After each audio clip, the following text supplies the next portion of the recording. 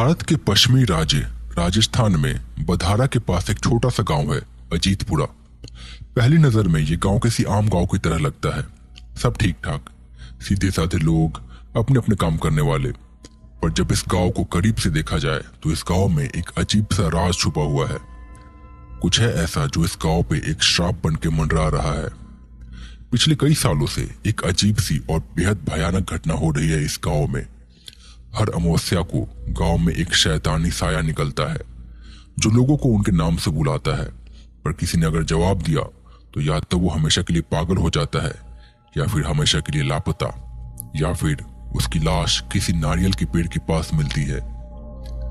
शाम होने को है और गांव के बीचों बीच कुछ लोग बैठ के कुछ खास और गंभीर बातचीत कर रहे हैं। ऐसा लग रहा है जैसे किसी बहुत जरूरी काम की तैयारी हो रही हो।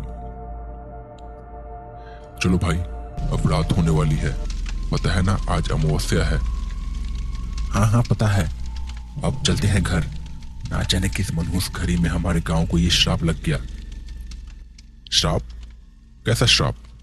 आप लोग भी ना कैसी कैसी बातों पर विश्वास करते हैं। ये बात कही है मनीष ने, जो कि कल ही अपने शहर से इस गांव आया है अपने दादा दादी के पास अपनी छुट्टियां बिताने। दादा दादी कई दिनों से उसे बोल रहे थे कि हमारे पास आओ और हमारे साथ वक्त गुजारो, इसीलिए वो कल ही शहर से अपने गांव आया है। पर उसे गांव के बारे में ज्यादा कुछ नहीं पता। अरे मनीष भाई, तुम इस बात को हल्के में मत लो। गांव के कई लोग इस बात को झेल चुके हैं और झेल रहे हैं। तुम्हें पता भी नहीं है कितना भयानक है ये। और आखिर होता क्या है? अरे कुछ नहीं होता। अब अपने अपने घर चलो सब। और हाँ मनीष, रात को कोई अगर आवाज दे तो घर के बाहर मत जाना बस। मुझे पता है तुम इन सब बातों पे विश्वास नहीं करते हो, लेकिन चोर लुटेरे भी तो हो सकते हैं ना गांव के आसपास, तो बाहर मत जाना बस। ऐसा कह के सब अपने अपने घर चले गए।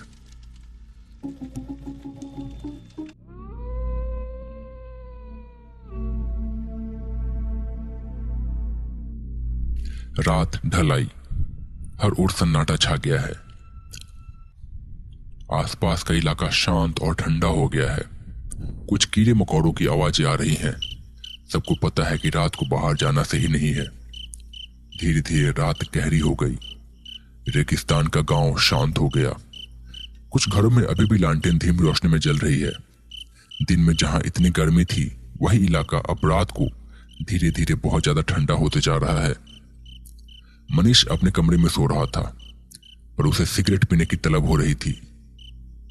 पर वो घर में नहीं पी सकता था क्योंकि घर में उसके दादा दादी भी थे। उसने बाहर ही जाके पीने का सोचा। रात को वो बाहर आया। बाहर आने के बाद उसे एक अजीब सी रोने की आवाज सुनाई दी।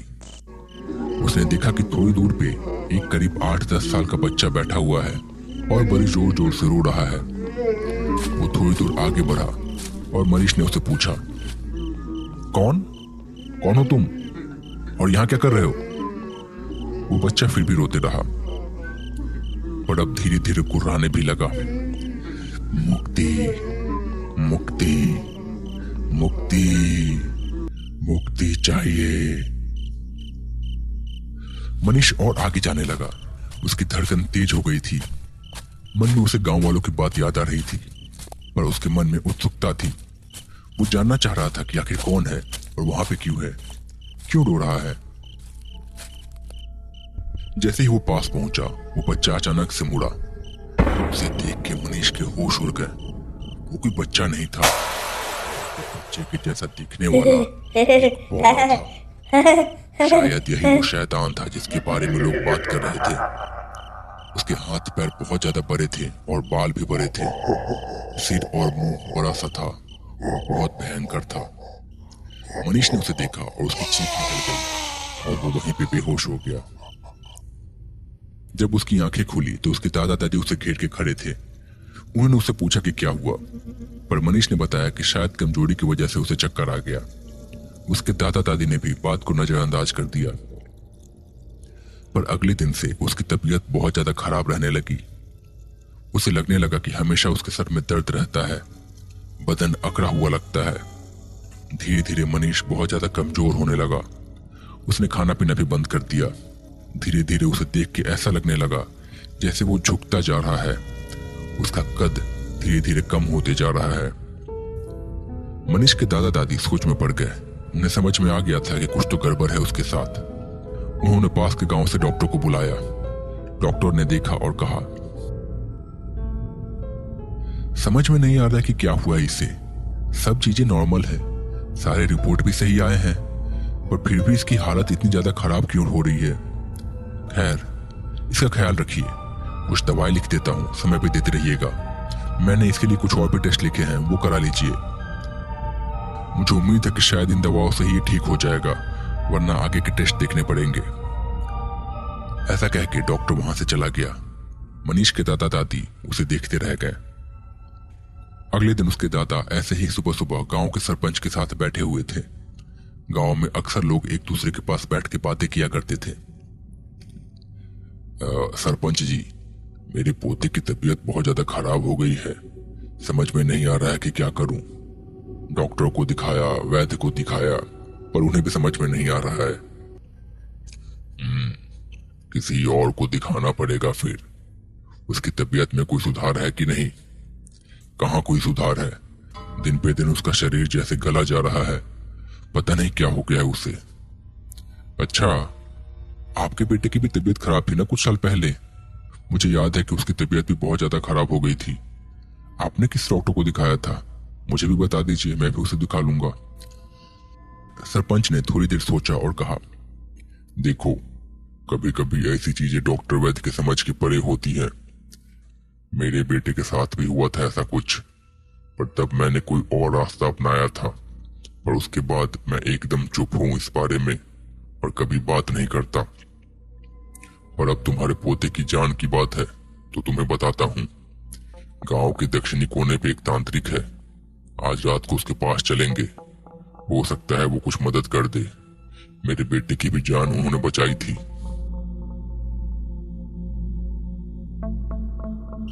एक छोटे से मकान में एक लड़का बिस्तर पे पड़ा हुआ है। उसकी हालत बहुत ज्यादा खराब लग रही है। आंखों के नीचे अंधेरा छा चुका है, बदन कमजोर होते जा रहा है, सांस लेने में भी तकलीफ हो रही है, पर अभी भी जिंदा है। उसी कमरे में कुछ देर के बाद एक बूढ़ा आदमी आया और सामने बैठ गया। ना जाने क्या हो गया है तुम्हें। अब एक तू ही तो है मेरा इस दुनिया में। तेरे बिना जीने का क्या मतलब। मैं तुझे कुछ नहीं होने दूंगा। चाहे मुझे कुछ भी करना पड़े, मैं तुझे कुछ भी नहीं होने दूंगा। इसके बाद उस बूढ़े ने चुपचाप कुछ सोचा और चुपचाप फिर वहां से निकल पड़ा। रात के सन्नाटे में धीरे धीरे चलता हुआ गांव के दूसरे छोर पे पहुंचा। यहाँ एक छोटी सी झोपड़ी है। उसके अंदर से थोड़ी सी रोशनी आ रही है और साथ ही में कुछ मंत्रों की आवाज भी आ रही है। वो बूढ़ा इधर उधर देख के चुपके से अंदर चला गया। उसने देखा कि झोपड़ी के अंदर एक आदमी बैठा हुआ है। उसके सामने मोमबत्तियां जल रही हैं और कुछ निशान बनाए हुए हैं। एक नरमुंड भी रखा हुआ है वहां पे। पास में ही कुछ और सामान भी रखा हुआ है। वो आदमी किसी तांत्रिक के जैसे लग रहा है। ऐसा लग रहा है जैसे किसी बहुत ही गंभीर सिद्धि में लीन है। बुढ़े ने उसके पास जाके कहा, महाराज महाराज महाराज, मदद कीजिए महाराज। बड़ी मुसीबत में हूँ, मेरा सब कुछ लुट जाएगा। बचा लीजिए महाराज, बचा लीजिए। उस तांत्रिक ने अपनी आंखें खोली और बोला, कहां से आया है? महाराज, अजीतपुरा का ही रहने वाला हूँ। आपके गांव का ही हूँ महाराज। बचा लीजिए महाराज। तांत्रिक ने उसकी बात सुनी और फिर आंखें बंद करके धीमी आवाज में कुछ मंत्र पढ़ा। फिर अपने आंखें खोली। मैं समझ गया कि तू यहाँ पे क्यों आया है, लेकिन मुश्किल है, बहुत अधिक मुश्किल है।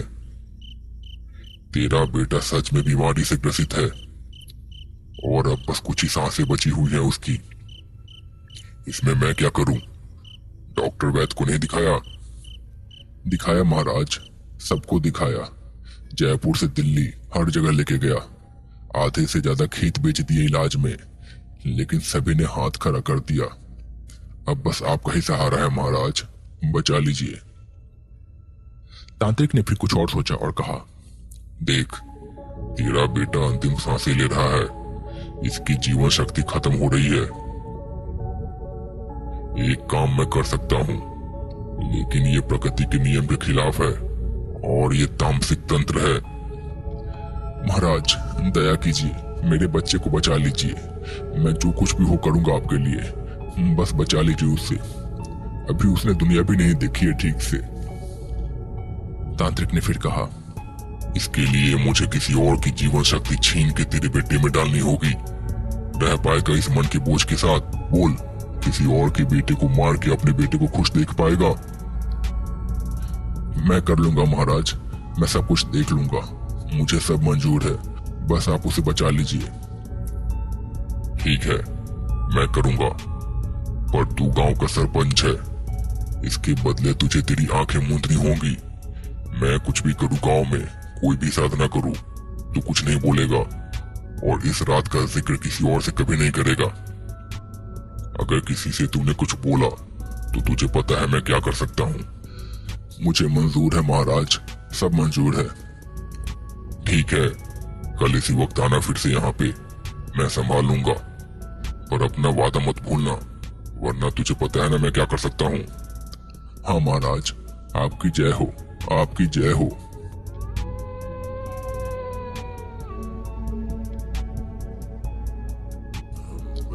रात खामोश हो चुकी है। तांत्रिक अपनी झोपड़ी में बैठ के कुछ ऐसे ही मंत्र पढ़ रहा है। उसके पास मोमबत्तियां जल रही हैं और पास में ही एक हरे रंग का नारियल रखा हुआ है। उस नारियल पे कुछ धागे बंधे हुए हैं और काले रंग से तिलक लगाया हुआ है। कुछ देर के बाद तांत्रिक झोपड़ी से बाहर निकल आया, नारियल हाथ में लेके, एक ऐसे घर की तलाश में जिसमें कोई अकेला आदमी रहता हो और जो स्वस्थ हो। कुछ दूर टहलने के बाद वो एक घर के पास पहुंचा। ये घर टिंकू बौने का था। गांव के लोगों ने इसे पूरी तरह से अपनाया नहीं था और उसके माता पिता नहीं थे। अपने छोटे से घर में वो अकेला रहता था। तांत्रिक घर के पास पहुंचा और एक अलग आवाज में उसने बुलाया, टिंकू, टिंकू सुनो, आओ तो बाहर। कुछ देर में टिंकू बाहर आया। जैसे ही वो बाहर आया, उस तांत्रिक ने उस पर कुछ राख फेंकी और टिंकू गिर पड़ा। फिर तांत्रिक ने मौका देख के उसका गला रेत दिया और फिर नारियल को उसके पास लेके गया। फिर वो चुपचाप अपनी झोपड़ी में लौट आया। उसके कुछ ही देर में गांव का सरपंच वहां पहुंचा। ये लो नारियल, इसे अपने बेटे के पास लेके जाओ, इसका पानी अपने बेटे को पिला देना, वो ठीक हो जाएगा, पर अपना वादा मत भूलना। सरपंच ने नारियल ले लिया और ले जाके अपने बेटे को पिलाया। अगले दिन से उसके बेटे की तबीयत ठीक हो गई, पर टिंकू बौने की लाश जाने कितने दिनों तक वहीं पड़ी रही। गांव के दक्षिणी कोने पे एक तांत्रिक है, आज रात को उनके पास चलेंगे, हो सकता है वो कुछ मदद कर दे। मेरे बेटे की जान भी उन्होंने बचाई थी। हाँ ठीक है, इस समय तो जो भी सहारा दिखे अच्छा है। रात फिर से घिर आई।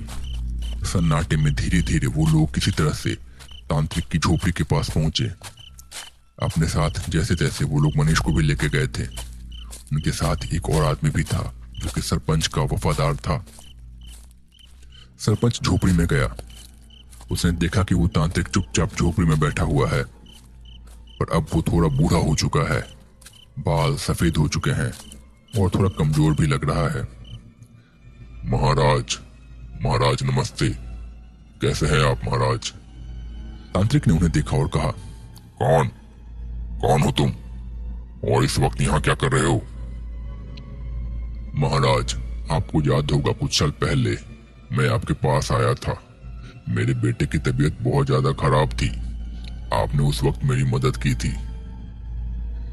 हाँ याद आया मुझे, पर मुझे ये भी याद है कि तुम्हारे बेटे को बचाने के लिए मुझे क्या करना पड़ा था, पर अब मैंने ये सब छोड़ दिया है। उस दिन के बाद से इतने साल मैं जैसे तैसे बचते आ रहा हूँ, खुद में उससे छुपता फिरता हूँ। वो आत्मा मेरी तलाश में है, चले जाओ यहाँ से, चले जाओ। पर महाराज, मेरे पोते को देख तो लीजिए एक बार, मैं उसे लेके आया हूँ साथ में। तभी उस कमरे में एक आदमी मनीष को लेकर दाखिल हुआ। तांत्रिक ने उसे देखा और सहम गया। दूर करो उसे, दूर करो इसे, हटाओ इसे, ले जाओ इसे यहाँ से। ये मुझे नहीं छोड़ेगा, ये मुझे नहीं छोड़ेगा, भगाओ इसे यहाँ से, भगाओ। सरपंच और मनीष के दादा को समझ में नहीं आया कि क्या हो रहा है, पर धीरे धीरे सब साफ हो गया। धीरे धीरे मनीष के कंधे पे उन्हें कुछ नजर आने लगा, एक बेहद भयानक सा बौना शैतान। उन सबको समझ में आ गया था कि उसी की वजह से मनीष की तबीयत शायद खराब थी। वो तांत्रिक को देख के घुर्राने लगा और कुछ बड़बड़ाने लगा, बदला बदला। फिर अचानक से वो तांत्रिक की ओर झपटा और पल भर में ही उसने तांत्रिक को मार डाला और उसके बाद वो हवा में ही कहीं घुल गया। शायद उसका बदला पूरा हो गया था और शायद इसी के साथ उसे मुक्ति मिल गई थी। मनीष को भी अचानक से बेहतर महसूस होने लगा और उसके बाद गांव में कोई भी घटना नहीं घटी। शायद इसी के साथ बरसों पहले जो तांत्रिक ने बौने के साथ गलत किया था उसकी भरपाई हो गई थी। तो दोस्तों, कैसा लगा आपको ये वीडियो? अगर ये वीडियो पसंद आया है तो प्लीज चैनल को सब्सक्राइब करके बेल नोटिफिकेशन दबा के ऑल पर कर लें और वीडियो को लाइक करना ना भूलें और कमेंट में बताएं कि कैसी लगी आपको ये कहानी और यह कहानी आप कहां से देख रहे हैं और आपका नाम क्या है, और बताइए कि नेक्स्ट वीडियो किस स्टेट पे बनाऊं।